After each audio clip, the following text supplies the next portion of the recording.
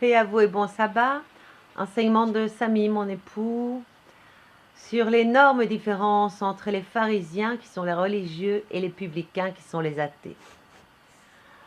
Selon Luc 18, 9, 14, il y a des pays et des continents, des montagnes et des collines, des fleuves et des océans. Donc, tout un cosmos, un monde qui sépare l'humilité de certains publicains de l'orgueil de tous les pharisiens. Luc 18, 9, il dit encore à l'adresse de certains qui se flattaient d'être des justes et n'avaient que mépris pour les autres, la parabole que voici. Deux hommes montèrent au temple pour prier, l'un était pharisien et l'autre publicain. Le pharisien debout priait ainsi en lui-même: Mon Dieu, je te rends grâce de ce que je ne suis pas comme le reste des hommes, qui sont rapaces, injustes, adultères, ou bien encore comme ce publicain. Je jeûne 2 fois par semaine et je donne les dîmes de tout ce que j'acquiers. Voyez, ce pharisien est la peinture parfaite de toutes ces personnes qui se nomment aujourd'hui chrétiens, enfants de Dieu, serviteurs de Dieu. Mais ils sont plutôt toutes ces choses, mais pour Satan.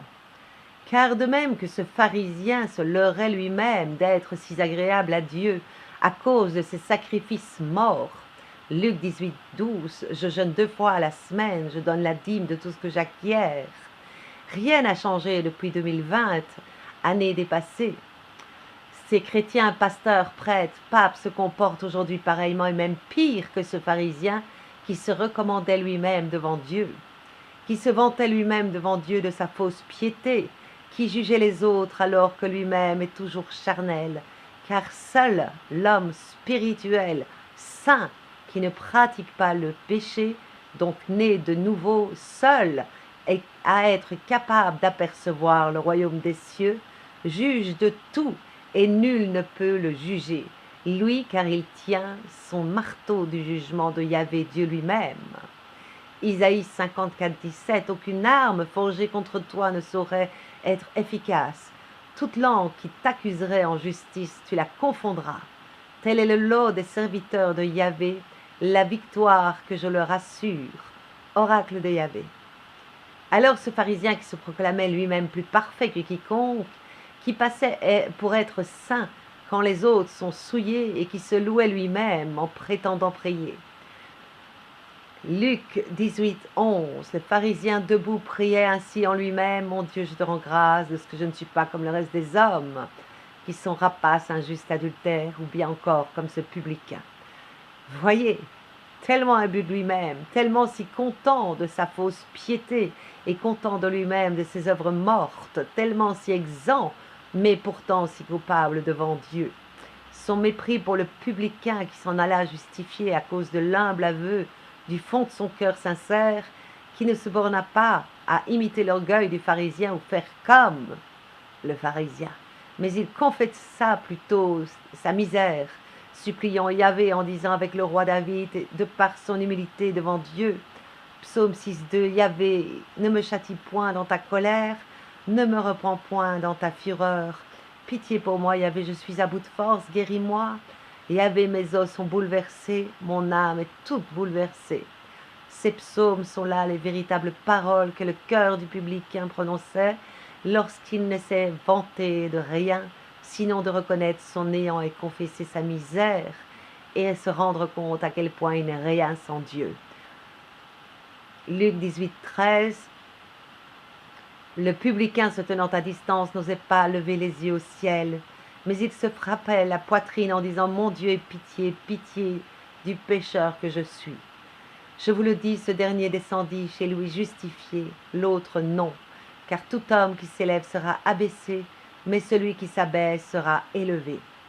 Mais ce pharisien est vraiment l'image parfaite du christianisme moderne, du faux chrétien, du religieux des églises d'aujourd'hui, où il pense être agréable à Dieu parce qu'il baptise des temples, des cathédrales, des synagogues, donc des églises, où il pense être sauvé parce que tout comme ce pharisien, il donne les dîmes de tous leurs revenus à leur guide. Ils se disent sauvés parce qu'ils appartiennent à telle dénomination ou dans telle église, ils sont idoles des pasteurs, où ils pensent marcher en nouveauté de vie du fait qu'ils sont religieux, du fait qu'ils sont membres d'une religion, d'une dénomination. Oui, ils pensent plaire à Dieu parce qu'ils chantent au nom de Jésus, parce qu'ils prient au nom de Jésus, mais un faux Jésus qu'ils ont inventé, qu'ils prénomment Jésus Dieu, alors que Jésus n'est pas Dieu. Alors qu'ici le publicain leur enseigne dans le temps la conduite à tenir devant Dieu. Luc 18, 13, le publicain se tenant à distance n'osait même pas lever les yeux au ciel. Le publicain leur enseigne les seules paroles qui puissent être vraies dans la bouche de tout homme devant Dieu. Mon Dieu, aie pitié du pécheur que je suis. La seule œuvre que Dieu agrée, la repentance et la conversion, et non les prêches, et non les constructions d'églises charnelles, et non des dîmes, de tous les revenus, et non de se prétendre saint et juste, en péchant dans tous les sens, et non se leurrer dans une illusion de salut qui n'en est pas une, mais tout simplement reconnaître ton égarement, découvrir tes ténèbres, pleurer sur toi-même, regretter ton péché. Ça, c'est la repentance.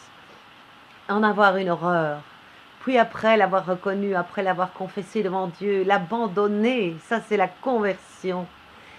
Et alors voilà, comme un athée enseigne aux religieux la voie de droiture, enseigne aux chrétiens ce qui plaise à Dieu, et c'est pour ça que l'apôtre Paul a dit, Romains 2,16, « Au jour où Dieu jugera les pensées secrètes des hommes, selon mon évangile par le Christ Jésus, mais si toi qui abhorres le nom de juif, qui te repose sur la loi, qui te glorifie en Dieu, qui connaît sa volonté, qui discerne le meilleur, instruit par la loi, et ainsi tu te flattes d'être toi-même le guide des aveugles, la lumière de qui marche dans les ténèbres, l'éducateur des ignorants, le maître des simples, parce que tu possèdes dans la loi l'expression même de la science et de la vérité, eh bien, l'homme qui instruit autrui, tu ne t'enseignes pas toi-même, tu prêches de ne pas dérober, tu dérobes, tu interdis l'adultère et tu commets l'adultère, tu abhorres les idoles et tu pilles leur temple.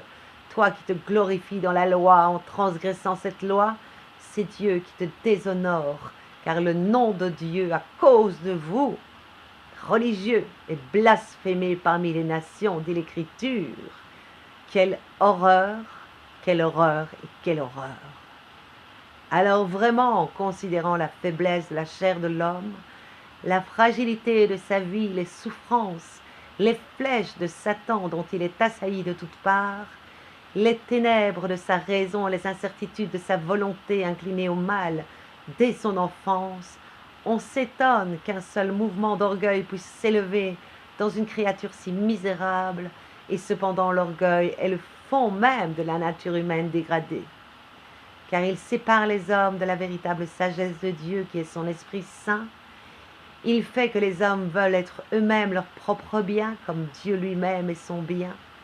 Et tant qu'il y a de folie dans le péché, étant lui-même la folie, c'est alors que l'homme se recherche et s'admire dans tout ce qui le distingue des autres et l'agrandit à ses propres yeux, dans les avantages du corps, de l'esprit, de la naissance, de la fortune, de la prospérité, du renom et de la grâce même, abusant ainsi à la fois des dons du Créateur et du Rédempteur. Mais oh, ce désordre est effrayant, et combien les hommes devraient trembler lorsque vous découvrez en nous un sentiment de vaine complaisance. Ou qu'il vous arrive de vous préférer à quelqu'un comme ce pharisien se préféra au publicain, qui d'ailleurs la conduite du publicain l'enseigne, lui, qui se disait craindre, faire la volonté et connaître Dieu.